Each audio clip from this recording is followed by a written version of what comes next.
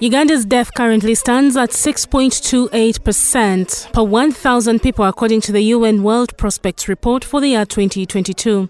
This means 160 people out of 1,000 die in Uganda every year. But to give our loved ones their final send-off, oftentimes the best is given even in death. This has seen an evolution in the nature of burial grounds, from the use of just soil to elaborate, meticulous ones decorated with tiles, from the inside to the outside, steel, iron sheets topped with expensive stone and cement.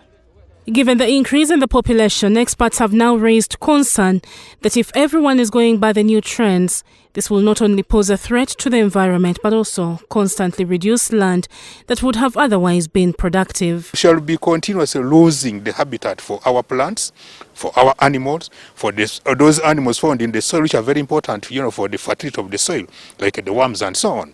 And even ourselves, after all. Even ourselves, we shall lose much. We shall not have much of the space. It reduces on the land which is available for other important uses. Dr. Frederick Jones Muyodi, the Deputy Principal, College of Natural Sciences at Makerere University, says given the death rate, thousands of acres of land would be covered in concrete, an amount that would interrupt with the natural flow of water and nutrients in the soil, hence affecting the health of the environment. We have those water systems referred to as the aquifers. Some of these materials, chemicals from these materials, leach into the aquifers. And these aquifers are the ones where we source the water from. Now, if these chemicals from these materials leak into that, then they are causing an environmental problem, which could be a health hazard to us who use it. It is often said that death is a cycle whereupon the body, carbon and a person's essence are returned to the earth. What this maxim forgets to include is a constant use of formaldehyde, the chemical used in the preservation of bodies.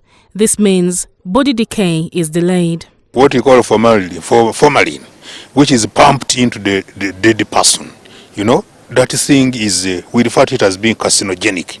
Carcinogenic means that it can cause cancer.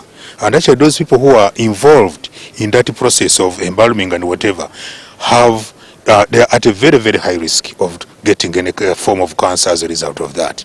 So when it goes down there, the chances are also high. It is flowing into the water. The caskets have also changed over time. Unlike the old days where bodies were simply wrapped up in bark cloth and buried or placed in wooden coffins, today things have changed.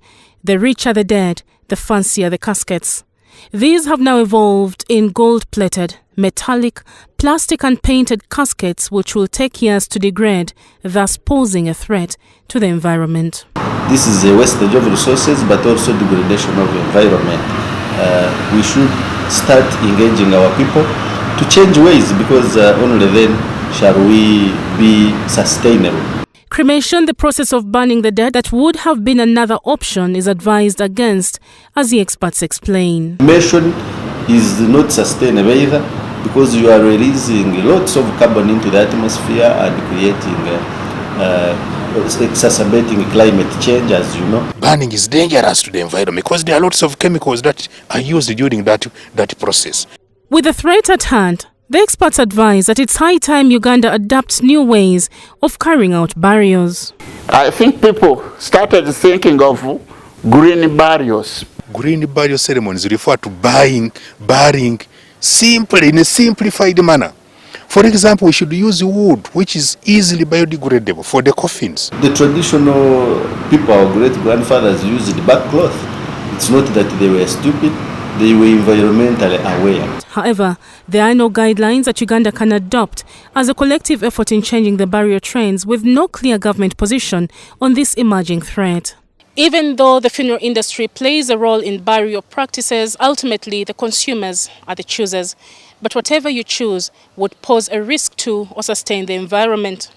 But do remember that from the ground you were taken and to the ground you must return, for you are dust, and to dust you must return. Linda Nduumwami, MBS, Live at 9.